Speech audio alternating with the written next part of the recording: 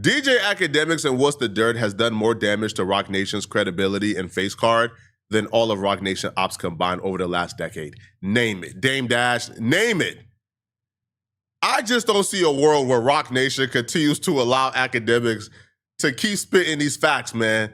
Yo, Akademiks this week put together the final puzzle and the final piece that's been missing. What Akademiks woke up today about Roc Nation is so loud, you got the usual Roc Nation defenders waving the white flag. So here's what's going on if you're lost. So Akademiks went on stream to follow up on What's the Dirt's original video on Roc Nation and these Drake lawsuits. What's the Dirt provided, some evidence, I'll say a lot of evidence, right? Crystal clear evidence that Roc Nation could be behind these Drake and Stake lawsuits, right? The harassment that Drake has been receiving over the last year and a half, it could be coming from Roc Nation, and he provided evidence beyond a reasonable doubt. Akademiks followed up on stream and essentially took it from beyond a reasonable doubt to solidified Roc Nation is behind this. So let's just lay out all the connections we've actually established. And just remember, I can't tell you how all this came together, but I can show you that every single piece you need to build this lawsuit was already sitting there, publicly connected, already operating in Virginia. Reform Alliance has a database. They know exactly who they helped get off probation in Virginia and who's still trying to. Through their job fairs and their clinics, they know a lot about those people's lives. Reed Smith was at Roc Nation's Virginia event sitting across from those exact people. Reed Smith's former partners built Impressa Legal Group, the firm that filed the lawsuit. Reed Smith represents Desiree Perez personally and Roc Nation as a company. The Quinn Emanuel law firm has worked right alongside Reed Smith and was asking Akademiks about Drake, Stake, George, and crypto months before any lawsuit even existed. Some of the plaintiffs got off probation in 2021, right after Reform Alliance changed Virginia's probation laws. Then we have some plaintiffs who seem to still be on probation, likely hoping it could end. Both Drake lawsuits were announced on PR Newswire, the only two times that firm has ever used it. Roc Nation uses it constantly. Then we have the fact that the lawsuits themselves are written to benefit the regulated gambling business and the music business. The people who win most if Drake and Stake go down are in gambling and in music. Jay-Z is in both, heavily. With that said, remember, Drake is not the only one, because around the exact same time, Larry Jackson got hit with almost the exact same playbook, and that's where this goes next. And once again, disclaimer, this is a theory, right? All I really did was take publicly available info. I connected it and presented it to you. With that said, I think most of us can admit at this point that there is something off about these lawsuits. It is very fishy. So ex-convicts and felons are suing Drake and Stake in a class action lawsuit, and they are using high-power attorneys that are linked to Desiree Perez and Roc Nation. And obviously, these ex-convicts and felons don't got millions of dollars to give to high-power attorneys that are linked to Roc Nation. So the question here is, who is funding this? Who is bankrolling this lawsuit? Where is the money coming from? Well, Akademiks uncovered that on stream in real time. The lawyers in the world, but now he has to disclose who's paying for this. How you paying for this? Let's click on it and see what's up. There's a motion from Stake on the docket where Stake filed a motion to figure out who is bankrolling or funding this lawsuit against them. So this is the docket that Akademiks is looking at. Okay. Cost 20 cents. I'll take it. Let's look at it. All right. Plaintiff has entered into a litigation funding agreement with Polig LLC, the funder. It's a New York limited liability company with the principal address at 477 Madison Avenue, New York, New York. Funder was organized under the laws of New York. Here's this. The funder does not process, and its approval is not required for any litigation or settlement decision in this action. The plaintiff and his counsel retain exclusive authority over and control over the strategy, prosecution, resolution, and settlement of this matter. Here's the thing. Nature of financial interest. They have to disclose this. See, Charlemagne, this is what's a proper disclosure is, brother. This is how you properly disclose, okay? They have to do this because we're in court. We're not in AI land no more. The funder provided plaintiff with a forgivable loan. Oh, wow. Chat, have you got a forgivable loan? they have given the plaintiff a forgivable loan. Oh my God. A forgivable loan. It's a forgivable loan in order to pay legal fees. So this funder has provided plaintiff with a forgivable loan in order to pay legal fees. Repayment is only contingent upon the result of this litigation, with repayment happening only upon and if the recovery exceeds the amount of the loan. So we don't even know the amount of the loan. With such repayment on a contingency basis.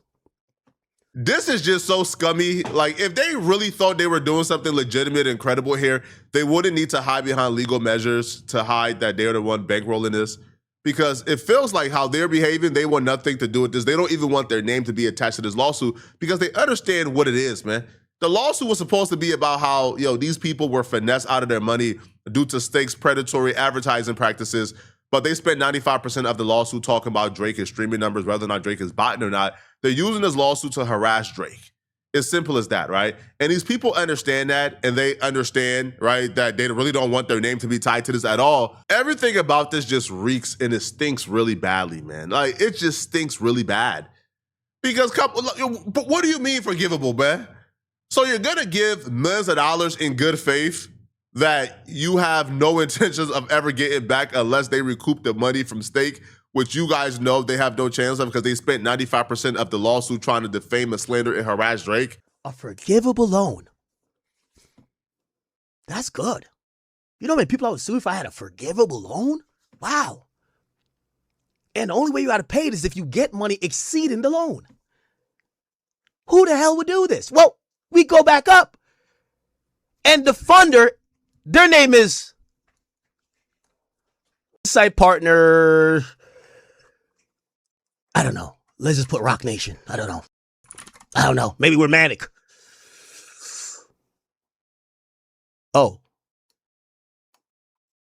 Insight Partners and Rock Nation both participated as co-investors in a major $325 million funding from Michael Rubin's digital sports platform and merchandising giant Fanatics, which boosted the company's valuation to $18 billion. Major investments came from Jay-Z, Rock Nation, MLB, SoftBank, Silver Lake, Elridge, TWG, and Insight Partners. The same Insight Partners that seems to be behind the company funding the lawsuit in a forgivable loan. Let me get this straight. So Insight Partners is funding a litigation against Drake, me, Stake, Aiden Ross, Grand Wizard through Polig LLC. They claim it's a forgivable loan. The other time we see them do anything, they're connected to Jay-Z in investing in Fanatics. Didn't I tell you about Fanatics Sportsbook? Didn't I tell you that there's gambling? Didn't What's the Dirt connect all of the groups that Fanatics is actually associated with that is supposedly anti-Stake? Huh.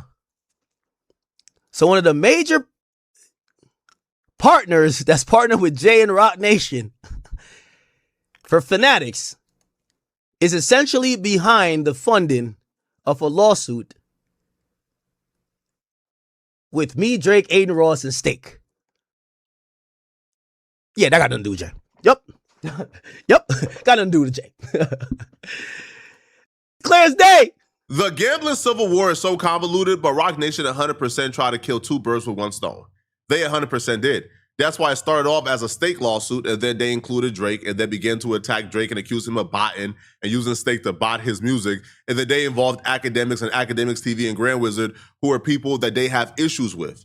Clearly, right? Mike Rubin, Polig LLC, Insight, they don't have a problem with Akademiks TV or Grand Wizard or DJ Akademiks, right? Clearly, that's a Rock Nation call.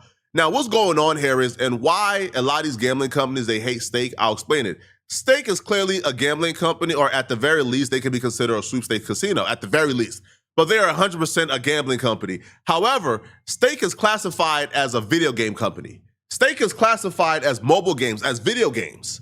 because they sit in that gray area. You could redeem the stake coins for real money, but the stake coins is earned from playing video games, and they're not real money.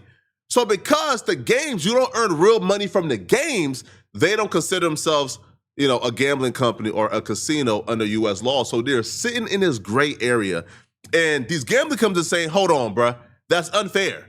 Like, we get hit with serious regulations we got to abide by.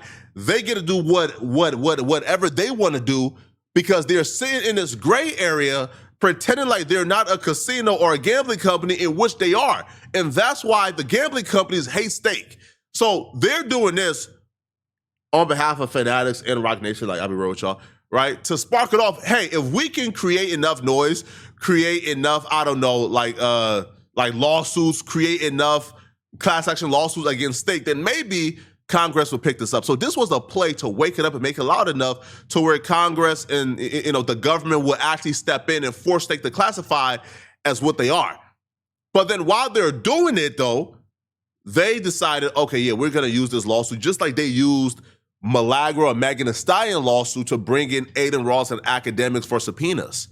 So they were attempting to use a somewhat legitimate lawsuit to then bring on Drake and then bring on Akademiks and then bring on Grand Wizard in the grand scheme of things, which are people that got nothing to do with what stake is classifying themselves as. Nothing to do at all.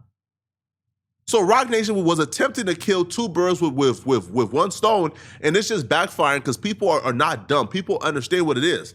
Now, this is where things really escalated this week because Akademiks woke it up, right? He exposed it. Okay, yeah, like Rock Nation and his partners are clearly funding this Drake lawsuit and the harassment against Drake and the harassment against Akademiks and Akademiks TV and Grand Wizard, clearly. But this is where Armageddon begins. This is where things get woken up because Akademiks then reposted the particular clip from the live stream and he added a particular caption and says, yo, just reposting this on the timeline if y'all missed my stream. Lauren LaRosa, Mark Lamont Hill, don't let me out journalist y'all. I expect y'all to do y'all due diligence or not.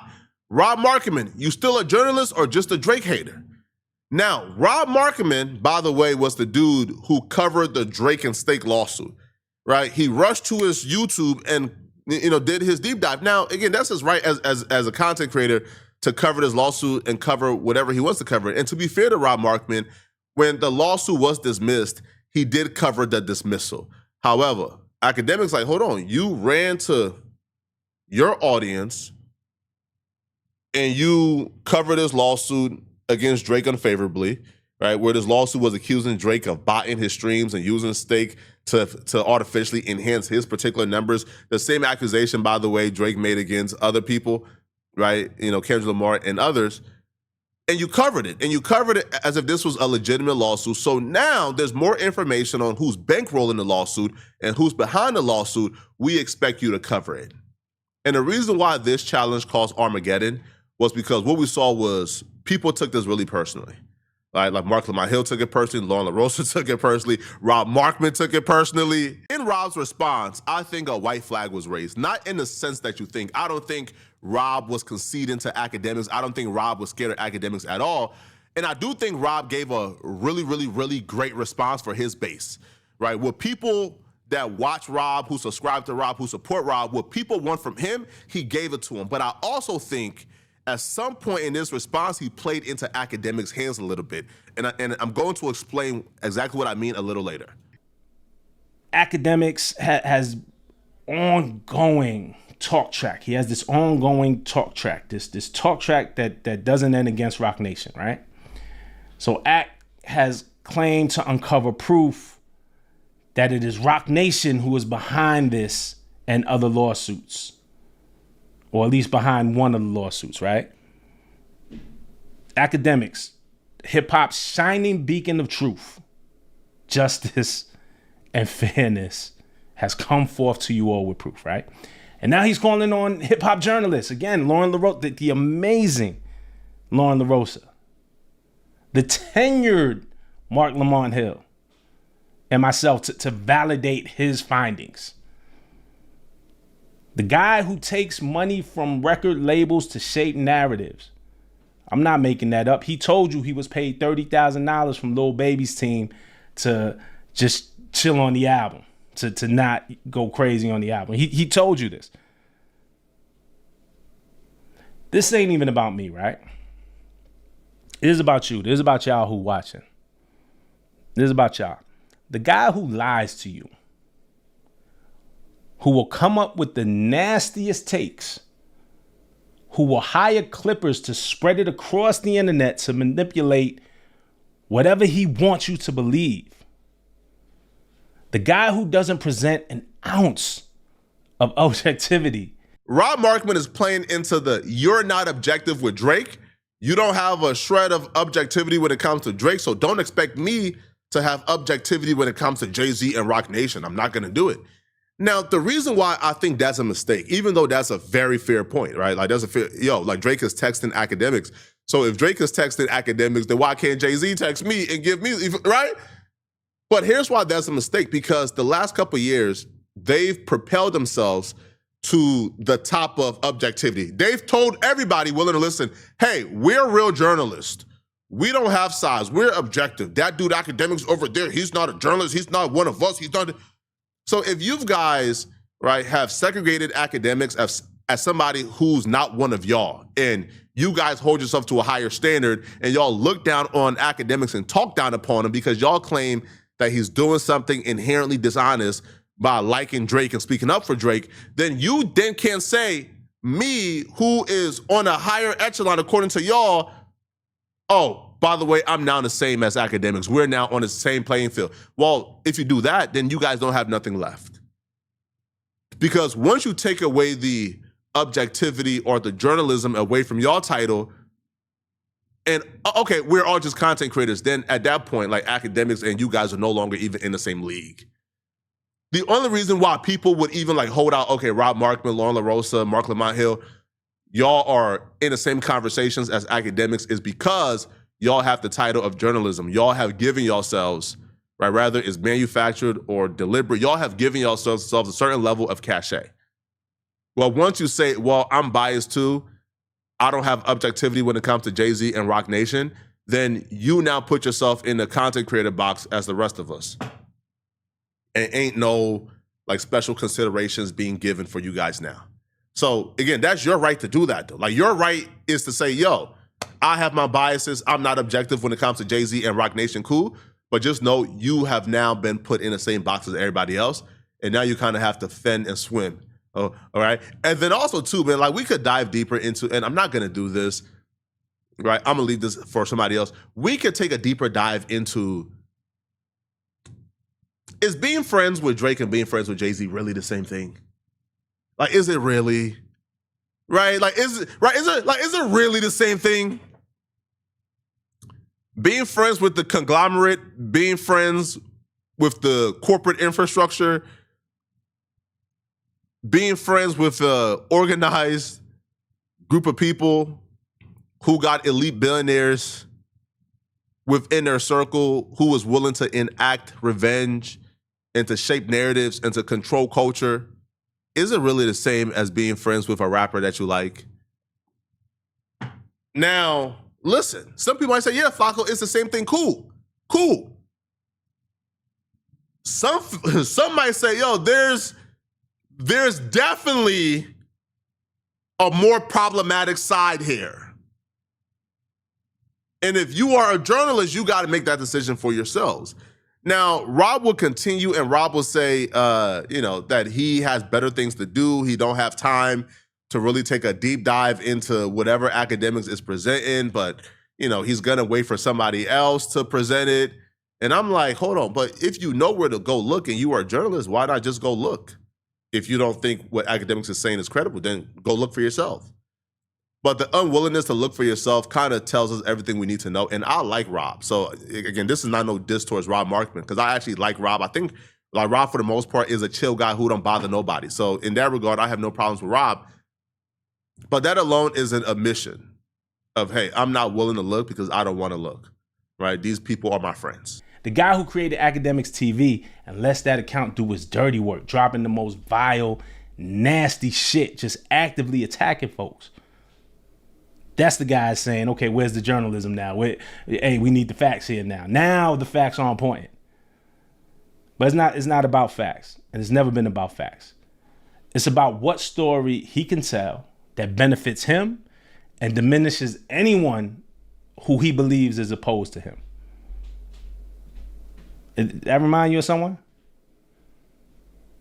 His Uncle Trump. Seriously, he calls him Uncle Trump. He's called him Uncle Trump.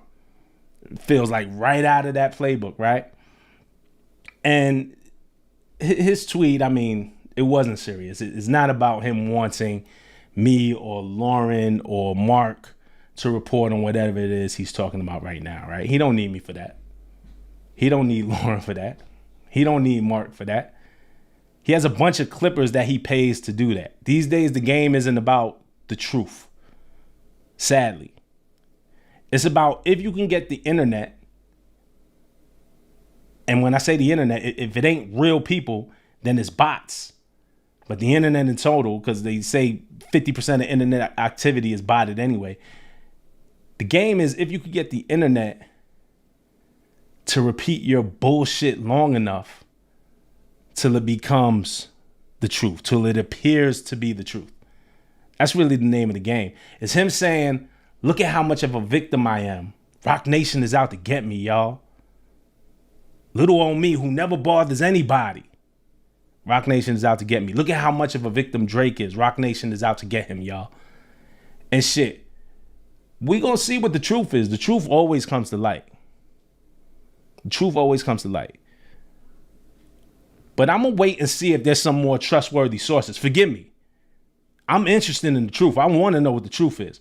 But forgive me. I am going to wait for some more trustworthy sources. Attacking academics or choosing to attack Drake, again, that's a great strategy for his base. But I just don't think that's that's the best strategy. When, if you are a journalist, you could simply go ahead and look it up, research it, right? Find what you're looking to find. When have you ever waited to do the work? But if you're choosing not to do the work and you're just saying, hey, I'm gonna wait until this news get too loud that I can't ignore. I'm gonna wait, okay? Like, I'm gonna wait until, I don't know, like Complex or like Double XL or these other conglomerate posted and it just becomes too viral for me to ignore, which I don't think is an honest way or a good faith way to really operate. But Rob has the right to conduct his business how he wants to conduct his business. Rob don't bother nobody, so I'm not gonna bother him, right? I'm gonna just let him, let Rob have it. Now, Akademiks did respond back to Rob Markman. So here's what Akademiks has to say, and then we'll get to the other people who responded back about journalism these days. This is why I don't respect y'all. I really called on y'all on some facetious. I don't respect none of y'all. Y'all on some journalism. Let me tell you where the journalism come in when it comes to y'all. You just a writer. Like, yeah, you listen to hip hop and you from the culture, this and third. But when I think about journalism, I think about investigative. None of y'all do that. Definitely not you. You the genius. You don't do that. Lauren LaRose is I called for a statement. She don't do that. And anybody else I mentioned, I basically told y'all, all three of y'all eat it. You know why? Because the real journalists these days that put the work in is the YouTubers. They put the work in. I've always said, you know why I came up in hip hop? I came up in hip hop who wrote. The journalists who wrote for Hot New Hip Hop, all these other bum ass sites, I on them because I would download I figured out, let's get the indictment. Let me go read 700 pages. Let me go read 10 different things. All y'all did is the repost. All y'all do is repost. So when I hear y'all talk about, even when you don't even know the case, you like stumbling, fumbling, looking at your notes. You don't even know what you're talking about. How you the journalist and you have zero idea? I talk about the case not only because I'm sued. I talk about the case fluently because I know it back and front. How are y'all journalists? Is it because I could talk the best of them? I'm not no journalist. No more do you about all this. You do no research. You don't do no work. That's my problem. Laura LaRosa, the most she does, go to her timeline. We called over there for a... When people hear the frustration or the passion in Akademiks' voice, they automatically like to dismiss it as, he's just angry at these individual people. It's an anger at the entire system and the infrastructure. There was a point in time where people like Akademiks who was doing this independent media stuff, yo, they were treated and pushed to like the fringes. Like they were damn near treated like pariahs in hip hop media. Like they weren't given opportunities. They were disregarded, right? Like they were attacked on a daily basis. Yo, Mark Lamont Hill was on Twitter attacking Akademiks for simply doing what he's doing right now. Now Mark Lamont Hill is on the Joe Budden podcast. So when Akademiks speaks like this, he speaks with a frustration of what he's been enduring for the last, decade and a half, right? Now, these very same people who attacked Akademiks, who spoke on Akademiks for doing certain things, right, that he thought was productive, that he thought was how he could make it, now they're doing something very similar on their platforms. Now they on YouTube after speaking down on YouTube, right? Now they on stream after speaking down on stream. Now they're posted like news articles to Twitter after speaking down on people who did that. Right, like these people treated independent media personalities like pariahs, right, as if we weren't ish, and now they're that, and now they're in the arena. And not only are they in the arena that Akademiks trailblaze, they're in the arena while also trying to be condescending to him as well. So it's a frustration at the entire system, not at these individuals specifically. Now, Mark Lamont Hill would also speak on this, and Mark Lamont Hill would essentially say, listen, man, all right, you got me. I'm biased, right? Mark Lamont Hill just waved the white flag, man. He don't want he's not even pushing back. He just waved the white flag. Listen, you got me. I'm biased, bro. All right, and I'll take it. What do I think about that? He says, I don't break hip hop stories and do investigative work, and I don't produce new information on hip hop. Mm-hmm. I would say, Akademiks, you are correct. I don't claim to. I haven't done hip hop journalism in probably 20 years, and when I did, I was a music critic, and I report on stories that are relevant to hip hop. But I don't walk out here saying that I'm a hip hop journalist. I don't think I've ever said that out here. I wrote some of the earliest books on hip hop, and I've made a huge contribution to hip hop, and I still study hip hop as an academic. But I'm not a hip hop journalist. And when Joe hired me, to my knowledge, we were out on the balcony when you made me sign the contract. When we talked, he hung you over the edge. he in the end, yeah. Me and you gonna go to lunch. I don't think Joe ever said to me, Mark, I want you to be my hip hop investigative journalist. But you're right, yeah, you're not. But you know what he's saying. Address what he's saying. He's saying you started to address it. You don't. Yeah, you don't feel like the Rock Nation versus Drake is important enough for you to cover. Let them cover it. It's important for us to talk about, but I don't. The amount of energy it takes. Think about what Pablo Torre does with the Clippers, right? We'll get to that later. Yeah. I don't know what he does. Or think about anybody that does anything investigative. That takes time, energy, resources. If I go through all of that, and it turns out that Rock Nation has a axe to grind against Drake and they're fucking up his career and undermining him, I don't feel like that would be a good use of my time. Do I think that's true? Yeah. I watched that. What's that thing called? What's the Dirt? What's the Dirt? Because people say I was ducking. I wasn't ducking. I'm busy. Like I got other things to do. I write books. I read. That just isn't something. I'm not interested in it. You know why? Because I think it's probably true. At least he's honest, but that's an insane thing to say. I'm not interested in this story that's talking about Rock Nation and accusing Rock Nation of doing some scandalous, anti-competition, nasty things to somebody else in hip hop because I think it's true. Oh, I'm not going to talk about it or cover it because I think it's true. There we have it, people. Again, I got no problem with Mark. People be seeing these videos as critiques, as issues. I got no problem with anybody, man. But this is crazy, okay? Y'all let me know in the comment section, what do you guys think about this, man? If you're still watching this video and you want to watch another good video, click on this video right here somewhere on my screen, somewhere here to find out why I refuse to believe that Lil Durk is this stupid. I'm going to see you guys in this video somewhere on my screen. I'm out of here, folks. Peace.